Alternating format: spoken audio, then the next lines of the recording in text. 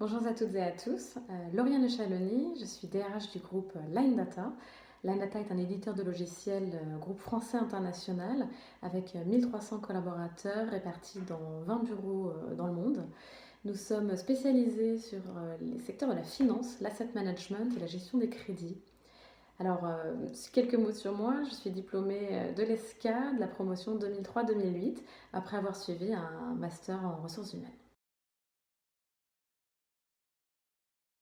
Alors ma recherche d'emploi, elle était un petit peu particulière parce que j'avais fait un semestre en Nouvelle-Zélande dans le cadre de l'échange et donc je souhaitais retourner vivre en Nouvelle-Zélande. Donc j'avais axé toute ma recherche sur un poste en ressources humaines à Auckland et j'étais en liste pour un poste.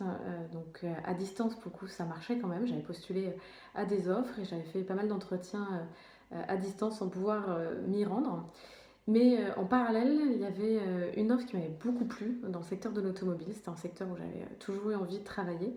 Et donc j'ai postulé un peu par hasard à ce poste-là, qui correspondait pas du tout à mon expérience. Il demandait entre 5 et 8 ans d'expérience. Mais ça correspondait franchement à un peu un rêve que j'avais, un peu naïf, mais de me dire, bah tiens, pourquoi pas, ça marchera peut-être. Et pendant que je passais les entretiens pour aller en Nouvelle-Zélande, j'ai reçu un appel euh, pour le poste, donc c'était dans le groupe Nissan, où j'avais postulé par hasard, et ils m'ont dit que, voilà, que je n'avais pas l'expérience requise, mais qui souhaitait quand même me rencontrer. Et donc je me suis retrouvée à changer mes plans finalement, de ne pas me rendre en Nouvelle-Zélande comme j'avais prévu, et d'accepter ce poste-là qu'ils ont réadapté en fonction de mon expérience. Mais la vie est bien faite et les opportunités aussi, ce qui fait que ça m'a fait gagner pas mal d'années d'expérience, d'être sur un poste où, même s'il était réadapté par rapport à mon expérience, correspondait quand même à quelque chose d'assez avancé. Et donc j'ai énormément appris, j'ai dû énormément travailler. Mais ma recherche d'emploi, forcément, j'en garde un souvenir un petit peu particulier, étant donné que c'est pas du tout là où je cherchais le poste réellement qu'au final j'ai été embauchée. Moi, j'en garde une expérience très riche. C'était franchement pas simple. Beaucoup de choses différentes. C'était un poste très exposé à l'international, en anglais au quotidien. Beaucoup de choses que je connaissais pas, qu'il fallait apprendre. Se faire manager aussi par des cultures différentes ou apprendre des choses qu'on ne sait pas du tout, on ne sait pas trop comment les trouver. Donc c'est vrai qu'il y avait beaucoup de challenges au quotidien. Mais j'en garde une super expérience parce que je pense que c'est le poste dans lequel j'ai le plus appris. J'ai pas renié à la tâche et je me souviens que mon manager me faisait bosser et rebosser pendant des heures sur les mêmes sujets, les mêmes fichiers Excel. Et à chaque fois, je me disais que j'avais envie de faire un peu plus. Mais en fait, avec le recul aujourd'hui, je me rends compte que c'est vraiment là où j'ai vraiment créé des bases très solides sur le poste qu'après j'ai effectué pendant plusieurs années.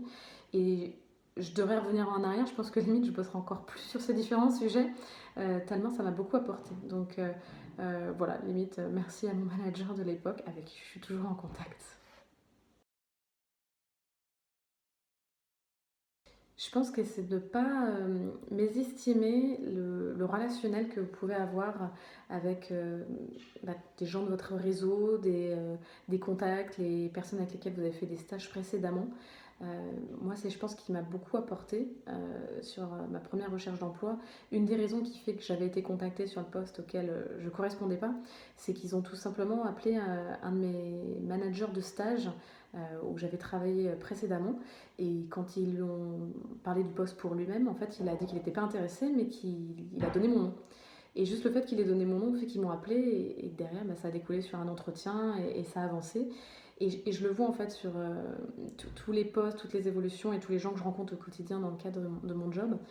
Souvent en fait ça marche par relation, comme on pourrait l'entendre sur voilà, le piston, pas du tout, mais sur au contraire les gens que vous avez rencontrés, les gens qui vont parler de vous, et tous ces petits coups de pouce en fait auxquels on ne pense pas. Et donc n'hésitez pas à dire autour de vous ce que vous recherchez aux gens de vos familles, à vos amis, parce que ils vont sans doute vous donner pas mal de bons conseils et vous aider en fait à ouvrir des portes auxquelles vous n'aurez pas forcément eu accès sinon. Et postuler à fond. C'est pas en postulant à 3-4 postes en fait que ça fonctionne. Ça fonctionne quand vous avez postulé un peu partout, vous avez été plus loin, vous avez contacté sur LinkedIn les gens et ça fait toute la différence. Et donc ça serait vraiment le conseil que je vous donnais, c'est laissez pas tomber mais vraiment allez-y à fond.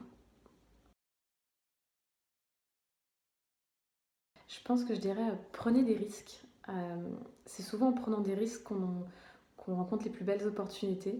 Euh, Moi, c'est vraiment, je pense, ce qui caractérise ma carrière, c'est d'avoir pris beaucoup de risques, d'avoir fait des choix que les gens n'auraient pas forcément fait, ou pas forcément pour moi non plus, les gens n'y croyaient pas toujours.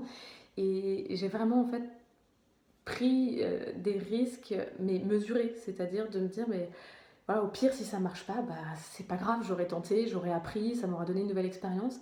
Et donc, faut pas avoir peur d'échouer. Je pense qu'au contraire, il faut avoir envie d'apprendre, il faut avoir soif de découvrir des nouvelles choses. Et l'échec, en fait, c'est super. On apprend énormément de choses de l'échec.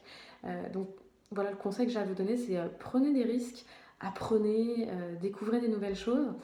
Et quand vous tombez, bah, vous vous relevez et vous recommencez. Et je pense que vous verrez, ça vous amènera très loin dans votre carrière. Aller très loin dans une carrière, c'est pas forcément une question, c'est pas de l'ambition forcément, c'est pas forcément aller très haut, mais faire des choses qui vous passionnent et vous lever tous les matins en étant content de ce que vous faites.